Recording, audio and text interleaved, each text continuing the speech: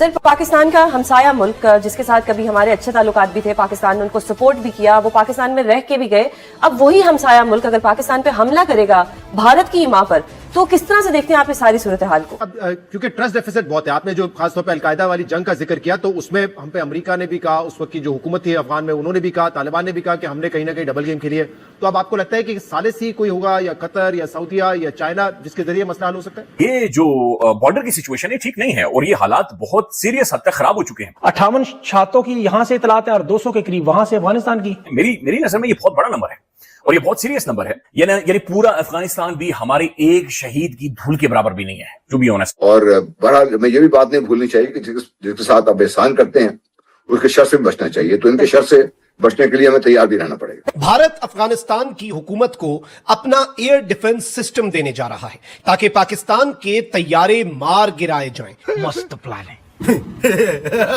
افغان طالبان نے کچھ ایسے ہتھیاروں کا ذکر کیا ہے جو اس سے پہلے ان کے پاس نہیں تھے، تو یہ ہتھیار ان کے پاس کہاں سے آئے اور یہ ہتھیار اب انہیں کون دینے جا رہا ہے جو پاکستان کے خلاف وہ استعمال کریں گے؟ کیا وجہ ہے کہ پاکستان کو کھیل کے میدان سے سفارتکاری کے محاذ تک اپنے مغربی پڑوسی ملک کے ناروا سلوک کا سامنا کرنا پڑتا ہے؟ میرا خیال ہے کہ پاکستان کو جا کے بگرام پہ قبضہ ہی کر لینا چاہیے۔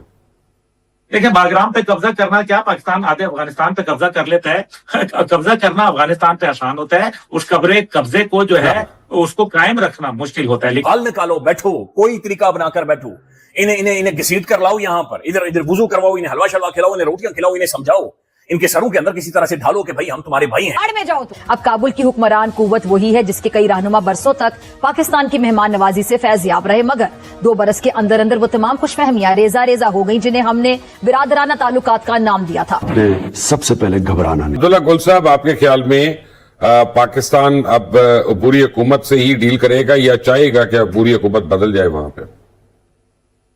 دیکھیں، میرے خیال میں پاکستان جو ہے وہ فی الحال صرف یہ چاہتا ہے کہ پاکستان کے بارڈرز کے اندر اس کی جو ٹیریٹوریل وائلیشن ہے وہ نہ ہو، کوئی دہشت گرد نہ آئے۔ پاکستان جو ہے امن والا ملک ہے اور ہم چاہتے ہیں کہ ہمارا معاشی استحکام ہو، دنیا کے اندر پاکستان کی عزت قدر و منزلت بڑھ رہی ہے، انٹرنیشنل دنیا جو ہے وہ پاکستان کو اچھی نگاہ سے دیکھ رہی ہے، لیکن اس کے ساتھ ساتھ جو ہے وہ بھارت کو بھی ایکسپوز کرنا وقت کا تقاضا ہے کہ بھارت جو ہے اگر دہشت گردوں کا فائنینسر ہے، دہشت گردوں کا سپورٹر ہے، بیٹر ہے، تو پھر ایسے بھارت کو جو ہے دہشت گرد قرار دینا بڑا ضروری ہو چکا ہے انٹرنیشنل ارینا میں۔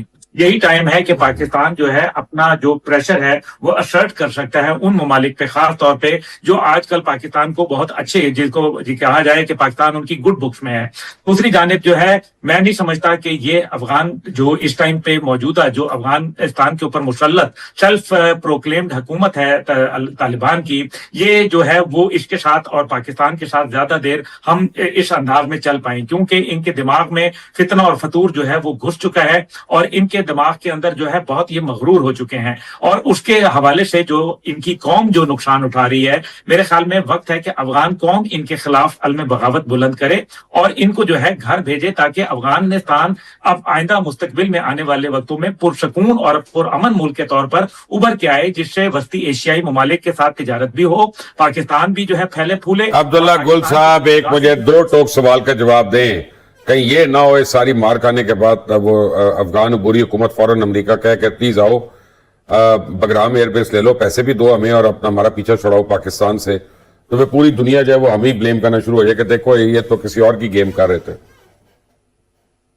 جی یہ تو ہوگا، یہ تو دیکھیں آپشنز تو ہوتی ہیں ہمیشہ، اصل بات یہ نہیں ہے، اصل بات ایک اور ہے۔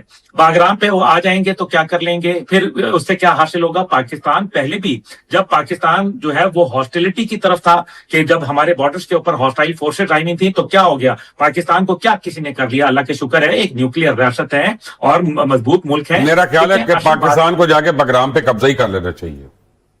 دیکھیں، باگرام پہ قبضہ کرنا کیا، پاکستان آدھے افغانستان پہ قبضہ کر لیتا ہے۔ قبضہ کرنا افغانستان پہ آسان ہوتا ہے، اس قبضے کو جو ہے اس کو قائم رکھنا مشکل ہوتا ہے، لیکن جو اصل بات یہ ہے کہ دوحہ مذاکرات کے اندر گارنٹر تھا امریکہ بھی۔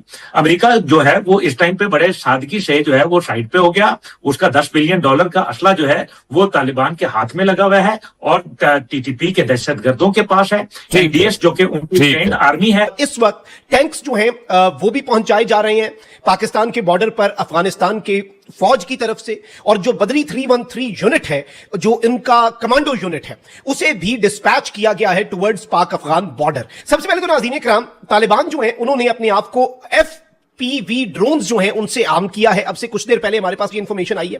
फिर इवन अब ये बताया जा रहा है और मुतअद्दिद इंटेलिजेंस सोर्सेज ये कंफर्म कर रहे हैं कि Indian establishment has promised the Taliban regime to provide air defence radar support. यानी अब एयर डिफेंस रेडार सपोर्ट जो है वो भारतीय एस्टैब्लिशमेंट ने तालिबान रिजीम को यह वादा किया है कि हम आपको प्रोवाइड करने जा रहे हैं, enabling the group to operate more freely against potential aerial threats. यानी जो मुमकिन फजाई हमले हैं उनके खिलाफ मजीद बेहतर तरीके से अफगानिस्तान जो है वो अपना काम कर सके। ये बेसिकली इसका एजेंडा है।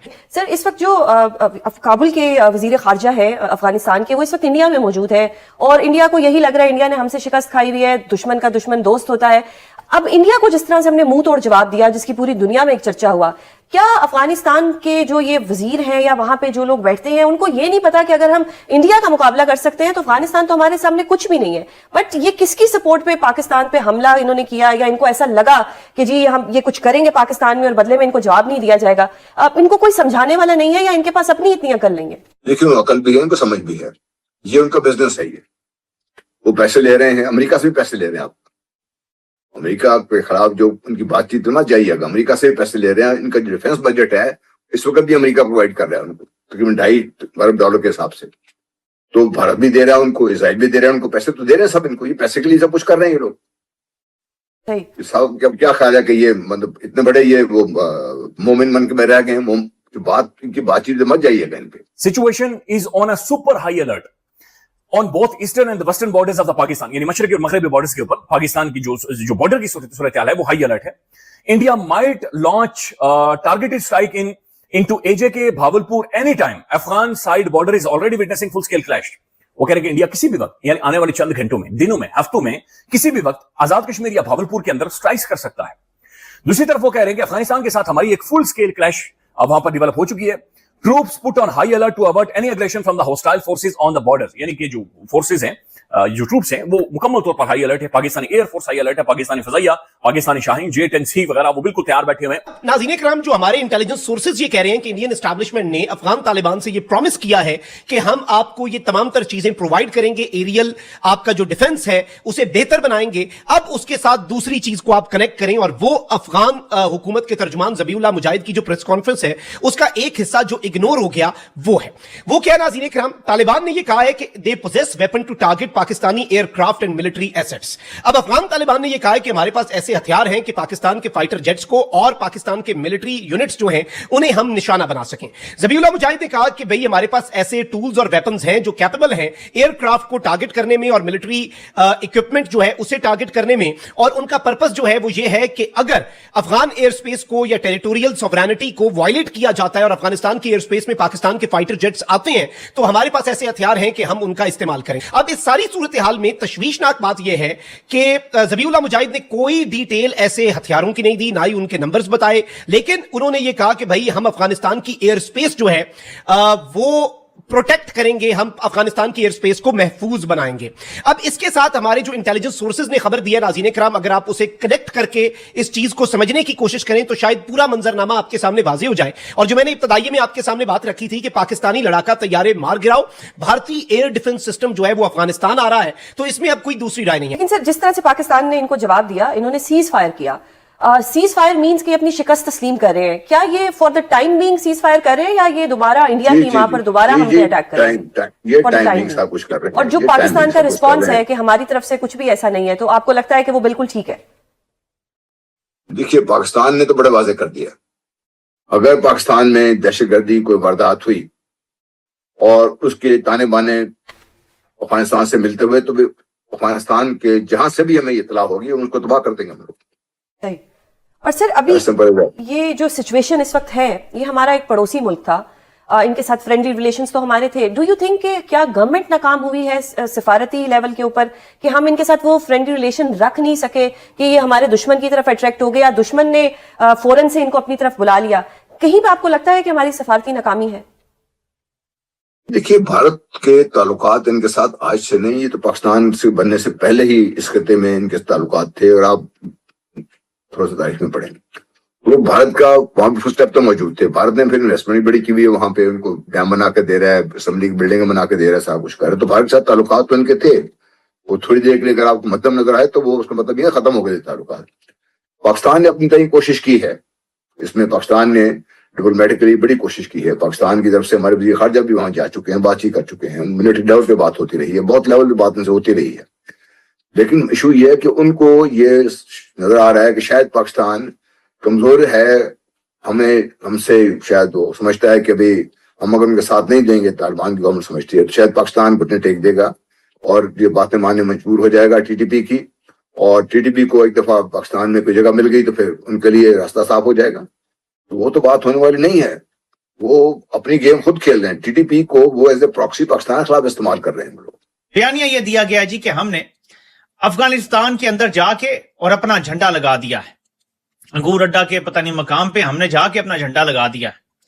जब ये खबर आई तो एक साहब ने इस वीडियो को देखने के बाद पोस्ट किया कि ये अफगानिस्तान नहीं भाई, ये तो हमारे गांव का गवर्नमेंट स्कूल है जहां बच्चे असेंबली में झंडा चढ़ाते हैं और साथ ही दुआ के बाद छुट्टी कब होगी का विर्द भी शुरू कर देते हैं।